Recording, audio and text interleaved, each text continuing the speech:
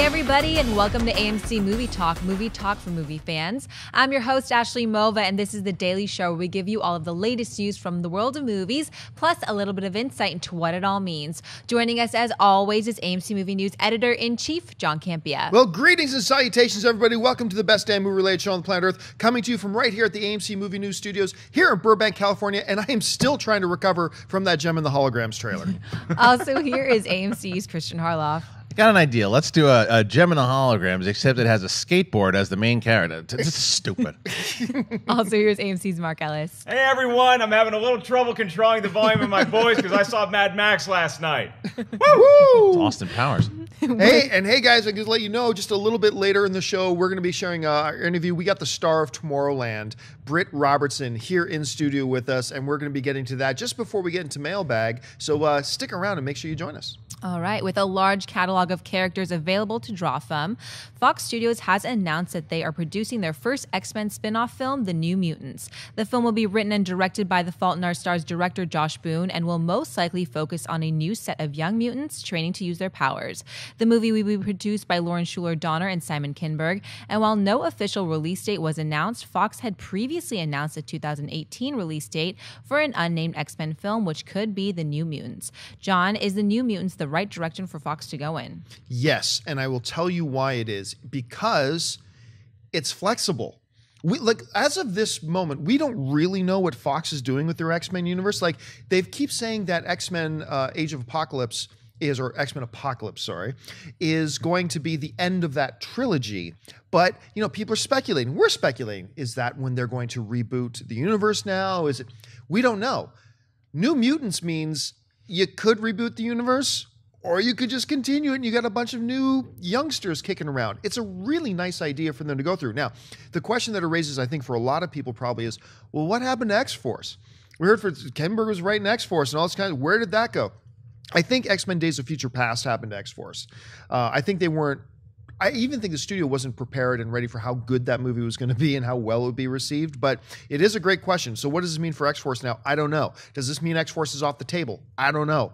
There's still a lot of things. We still don't know how Gambit's going to fit in all this. We don't know how Deadpool's going to fit in all this. We don't know where, really, we don't have any definitive answers about how does Fantastic Four fit into all this. A lot of big question marks.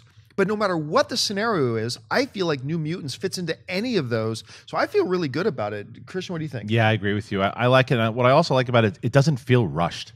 It doesn't feel like, okay, well, we need to do, like when Sony was going through the problems, I was like, well, Sinister Six and another Spider-Man. It's like they didn't know what to do and they were trying to catch up because of Days of Future Past and because a lot of them, remember back in the day after the Brett Ratner, when is Marvel going to eventually get X-Men back? That was the question. Then after X-Men First Class, and then after Days of Future Past, no one's asking those questions anymore.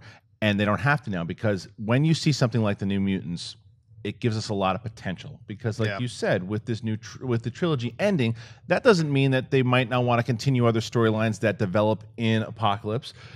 But now they have another version here of these new talent, almost what they're doing with Force Awakens with John Boyega and Ridley, and you start to see these new mutants that now we are going to get behind and enjoy and like, and we can follow their adventures as the old crew kind of goes on their own way.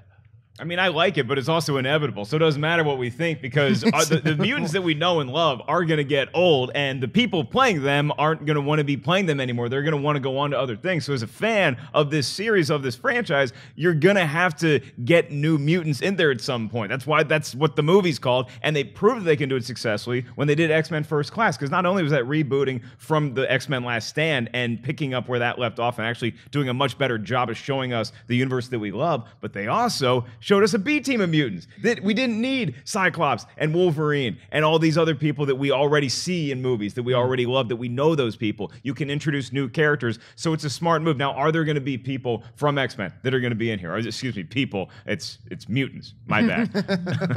I think that you could. Maybe you could. And you see, that's all a contractual thing behind the scenes. But when you're looking at this, I think it's a smart play, because you have to get new blood in there eventually. So this almost feels like a minor league system, like a farm team, you know? And it's like, okay, let's see how they perform on their own and in a movie together, and then you can kind of pick and choose what you want going forward. As long as they have Cannonball, I will be happy. All right, what's next? A new report from Variety claims that actor Diego Luna has been cast as the male lead in the upcoming Star Wars anthology Rogue One. Luna will star opposite the previously announced Academy Award nominee Felicity Jones, as well as Riz Ahmed, Nightcrawler, Sam Claflin, Hunger Games and Snow White and the Huntsman, and Ben Mendelsohn, The Dark Knight Rises. Rogue One follows a rogue band of resistance fighters united to steal the Death Star plans and bring new hope to the galaxy. Christian, your thoughts on Diego Luna joining Star Wars anthology Rogue One? I love it. I like Diego Luna a lot. I think he's an underrated actor. He's another guy that just crushes it. First time I ever saw him was in Y Tu Mamá También with Alfonso Cuarón. One of the first things I ever saw Cuarón do.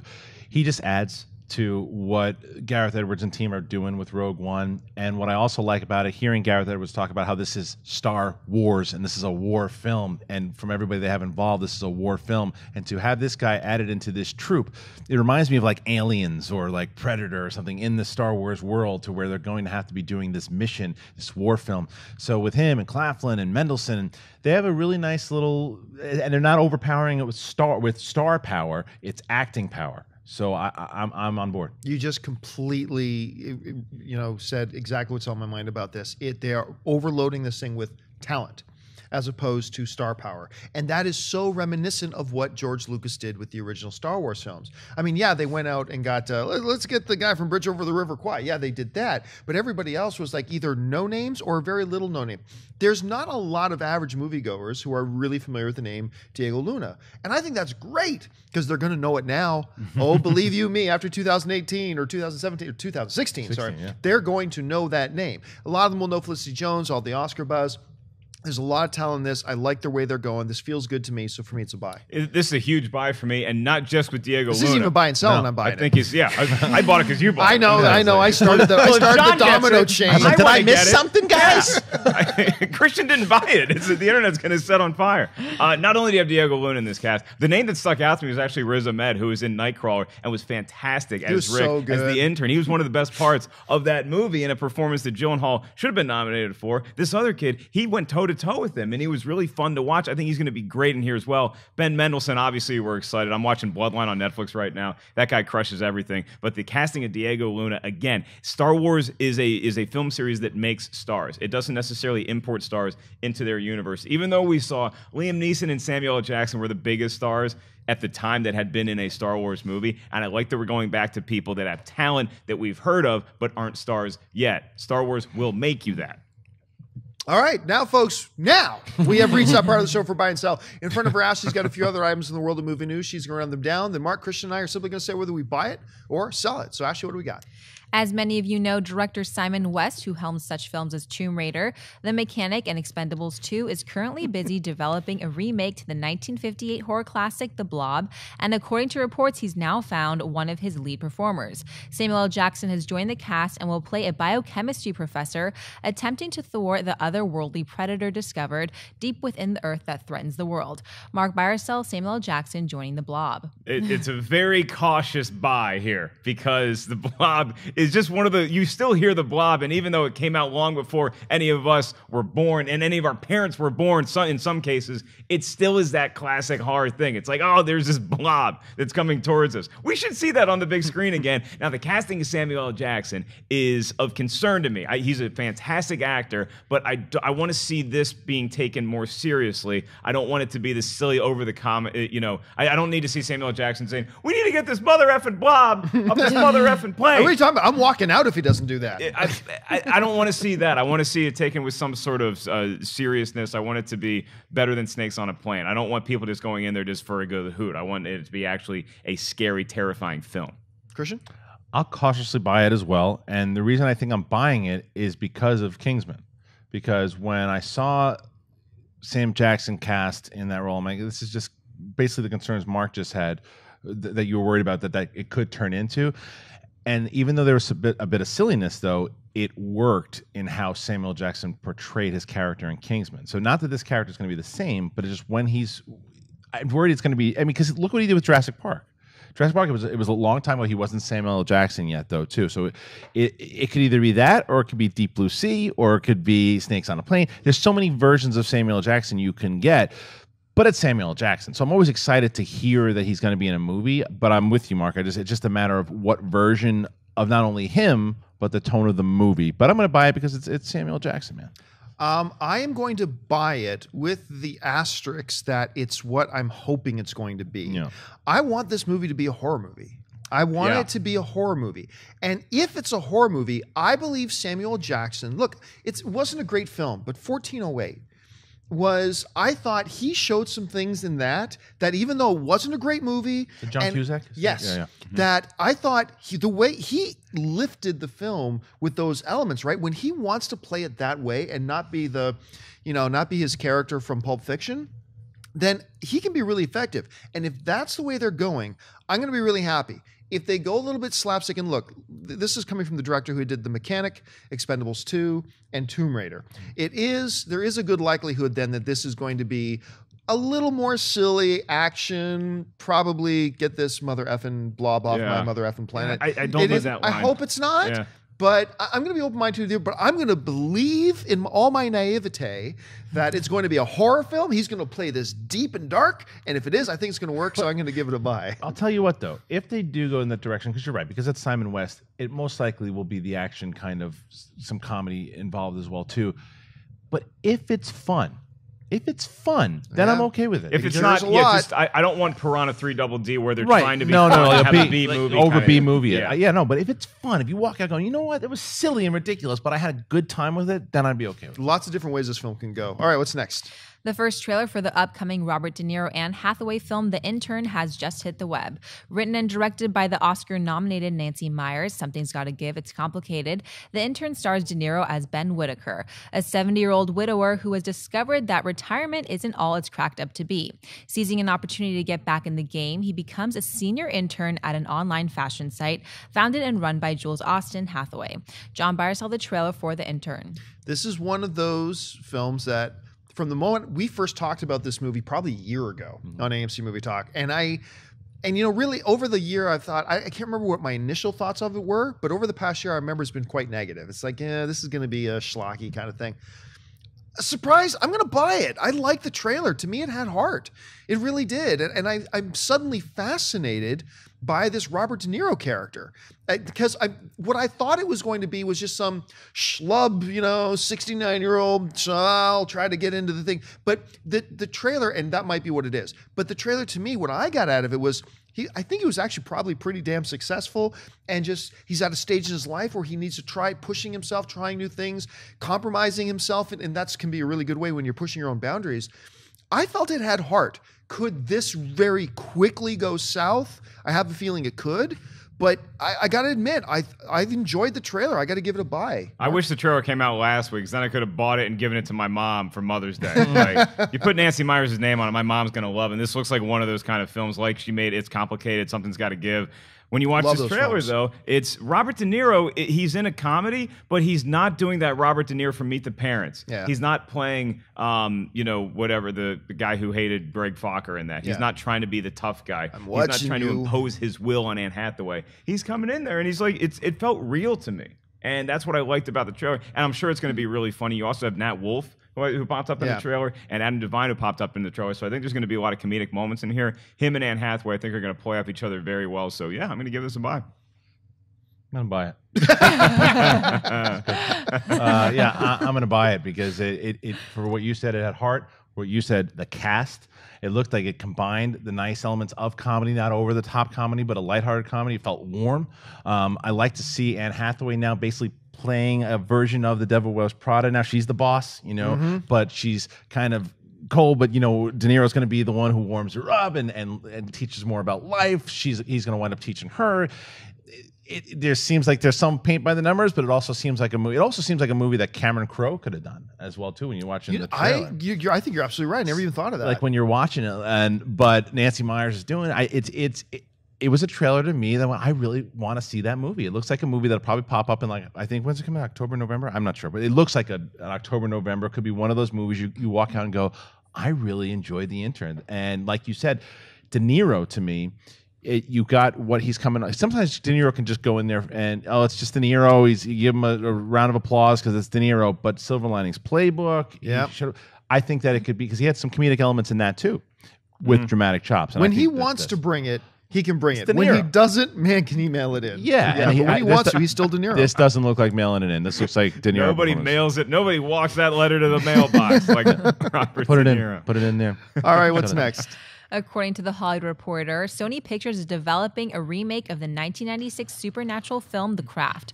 The original film starred Neve Campbell, Robin Tunney, Fairuza Balk, and Rachel True, a clique of Catholic schoolgirls who experiment with witchcraft. Christian Barris sells Sony doing a remake of The Craft. Now, I don't care about the movie, but I buy it. Because it's unlike what we were talking about yesterday. I still think you and Schnepp are out of your minds that you want to see a Jaws remake.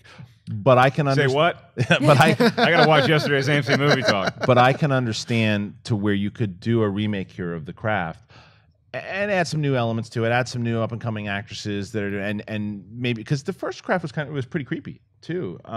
So I can understand why they would do a remake of The Craft for sure. So I understand Sony doing it. I buy it. I've got to buy it too because I think, as a premise, this is a movie that I think would work well today.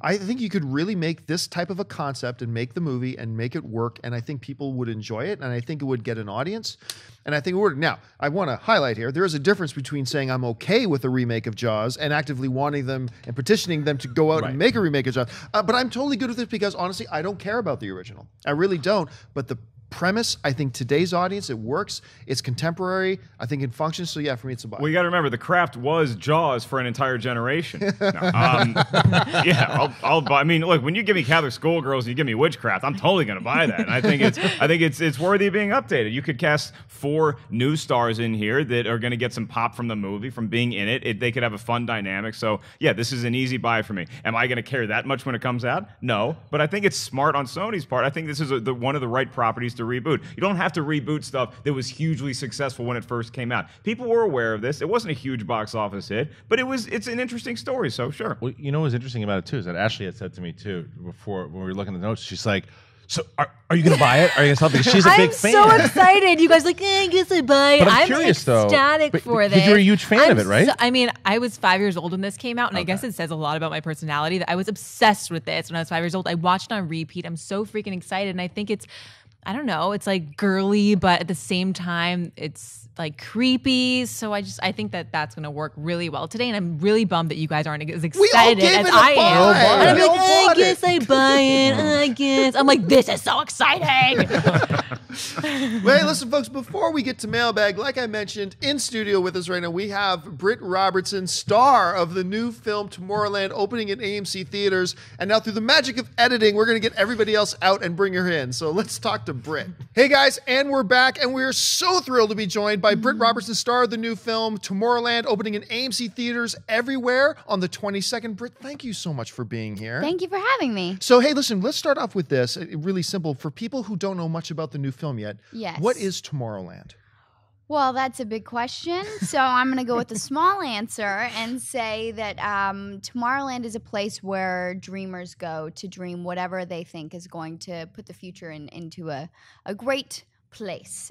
So when I find Tomorrowland for the first time, when you see in the trailer, it's this wonderful world where inventions have blown out of proportion, and people have come up with all these crazy things, and it's a great place to go and explore your thoughts and dreams.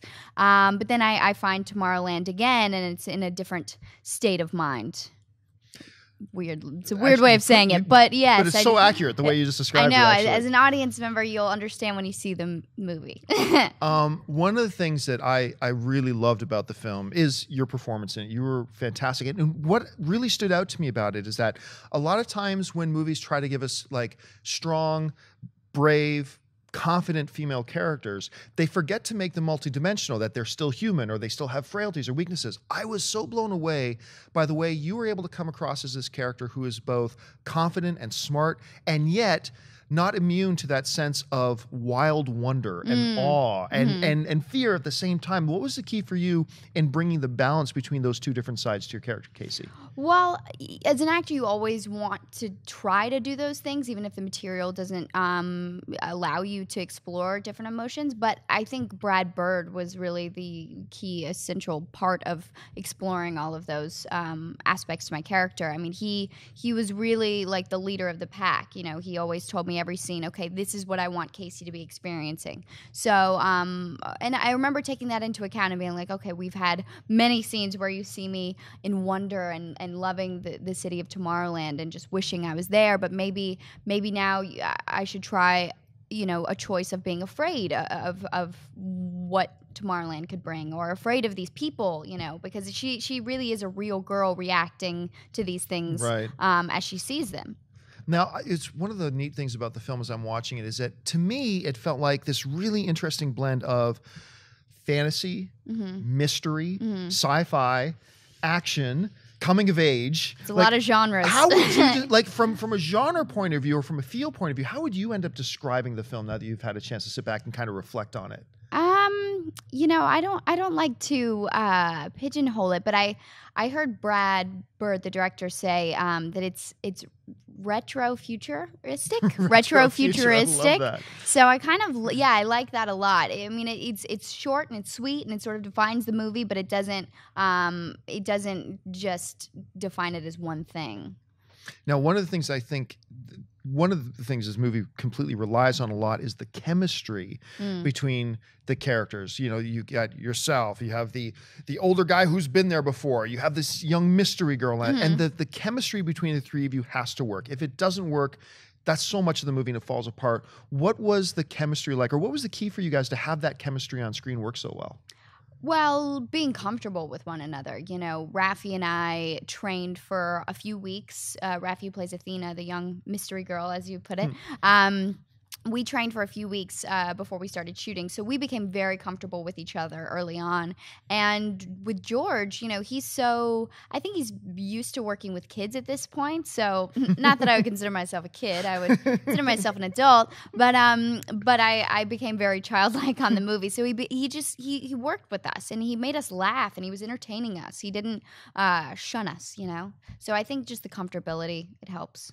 All right, well, listen, we also asked our audience if they had any questions for you to take to Twitter, and we picked out a few for you to answer. Cool. So let's bring up the first one here. The first question we got on Twitter comes from Batfleck, and Batfleck writes, how would you describe your experience working with Brad Bird? Oh, you know, working with Brad Bird was different than any relationship I've ever built with a director, because he's so great at visualizing the movie that he's trying to make, and he's so great at communicating that vision. The tricky part was trying to understand his vision and then also bring to life what I was trying to do with the character and not lose the heart of it, you know, because sometimes when you get so in your head, you just lose the soul. So there was always that balance of trying to bring his vision to life, my vision to life, even though mine doesn't really matter. I just kind of cared a little. But, you know, you're trying to bring these characters to life and also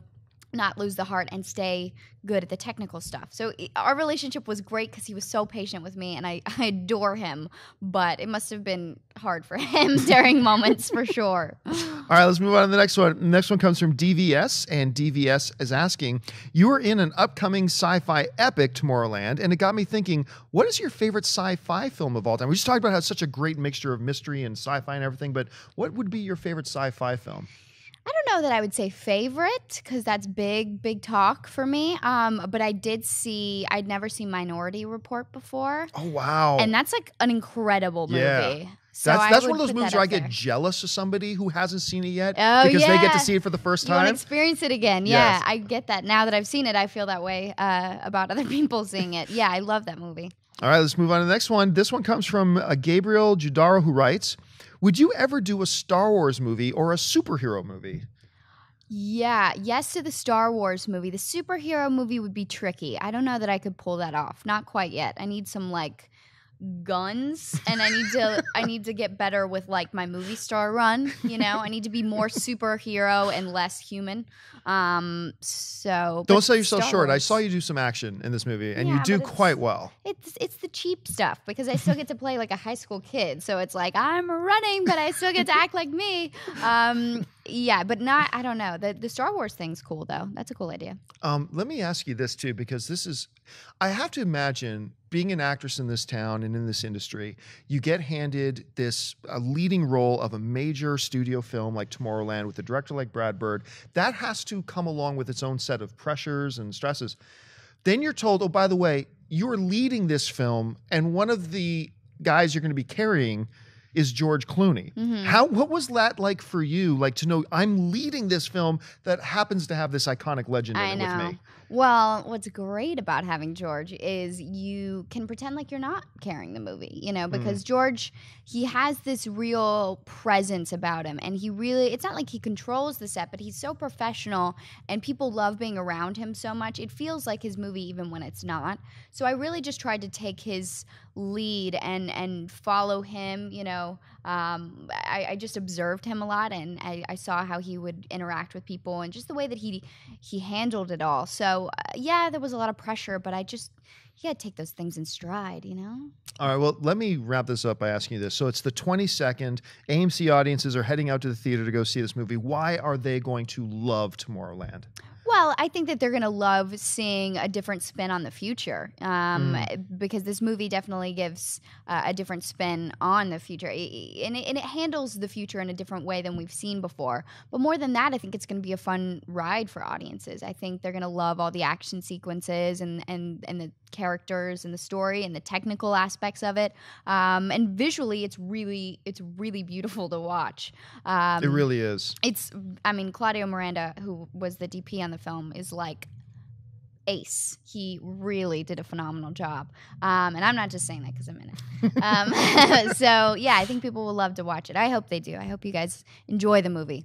Well, Britt, listen, with all honesty, I thought you were terrific in this film. I cannot wait to see what you do next, and we cannot wait for our audiences to see this movie on AMC screens. Thanks for coming in. Thank you so much. Don't forget, guys, Tomorrowland opens in AMC theaters everywhere on May 22nd. Head on over to www.amctheaters.com for all of your theater, showtime, and movie ticket information right now. She's actually really quite good in it. I can't wait for you guys to see it.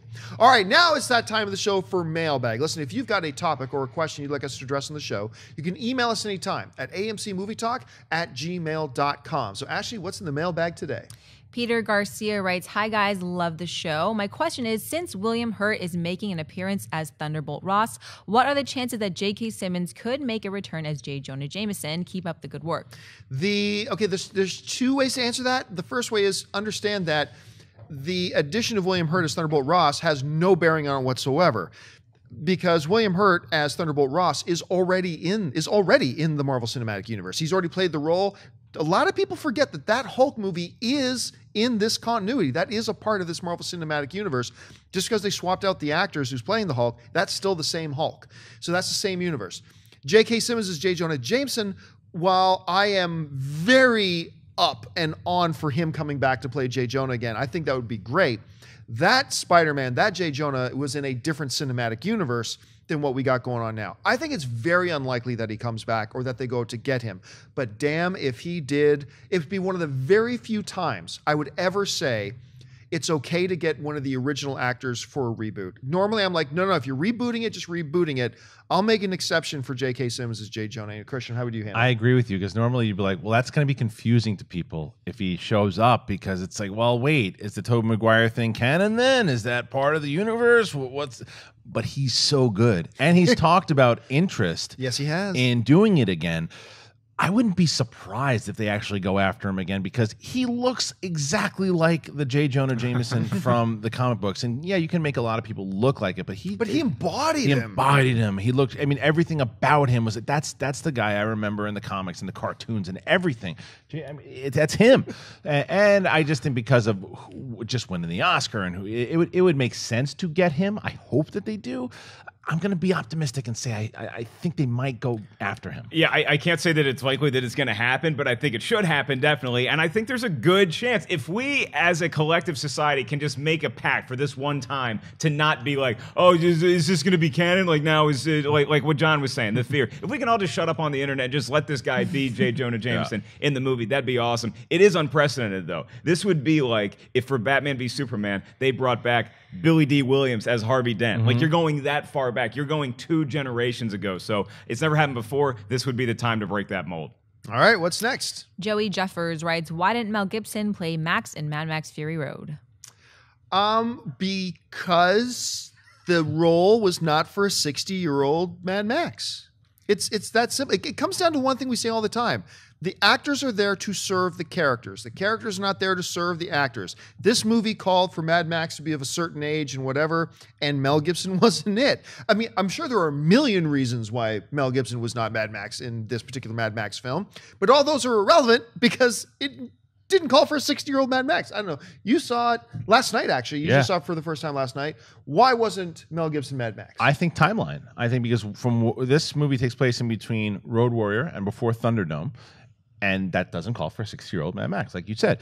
Now, I don't know if there were conversations between George Miller and Mel Gibson to talk about. I know there's been rumors that for years that he might pop up as a cameo. There is, and there's also rumors now that, and I don't know how viable these things really are, that you might see another Mad Max with an older Mad Max, and Mel Gibson then would fit the role. But like you said, it just depends on the story. You also have to remember that George Miller's 70 years old. So it depends on what stories he wants to tell. If there is going to be another Mad Max, I certainly hope there's going to be another one, as I'm sure the majority of people out there are going to want to see another one. So whether or not Mel Gibson fits into all that, I don't know. Tom Hardy might now be Mad Max. We don't know. The really cool thing, though, is at the end credit scene when you see Apocalypse come out of the sand and they're crossing over the cinematic universes. That gets everybody. Now, a little bit of a spoiler, so just be careful. All right, I don't know if you guys have paid attention to the news in the last decade, but Mel Gibson, he ain't the hottest property. Okay, he ain't the guy that he used to be. He's a little controversial, and I think it would have been the wrong play, even if they were doing a Mad Max film that didn't necessarily take place in between Road Warrior and Thunderdome, to put Mel Gibson in there right now. I think Mel Gibson personally, I just think he's still got some zip on the fastball. We saw that in Expendables 3, but he's not the guy that you open a movie with, especially a big-time summer movie, when you're trying to reinvigorate a franchise. He's one of my favorite actors of all time. Love Lethal Weapon, love the original Mad Maxes. Tom Hardy was the right choice for this. Regardless of timeline, he was the guy that should be playing Mad Max now.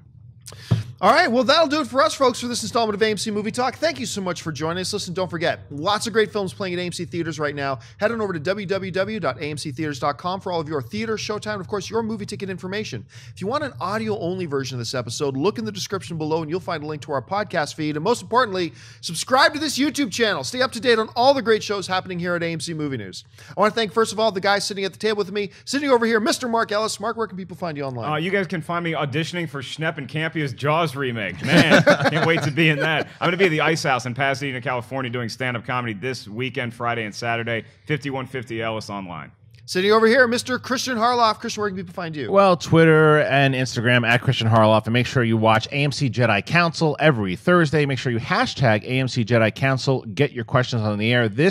Tonight's episode is going to be very heavy user Twitter questions. So make sure you go and check that out. And, of course, our lovely host today, and secretly a practitioner of the evil witchcraft arts. Don't make me put a spell on you, John. Don't make me put a spell on you. Oh, you already put a spell on all of us, Ashley. Miss Ashley Mova. Ashley, where can people find you? You guys can find all of my spells on Twitter and Instagram at Ashley Mova. Happy Thursday, guys. And, of course, you can find me, follow me on all the various social media channels, on Facebook and on Twitter, just at John Campia. Thanks a lot for joining us, guys. My name is John Campia for AMC Movie News, and until next time, bye-bye.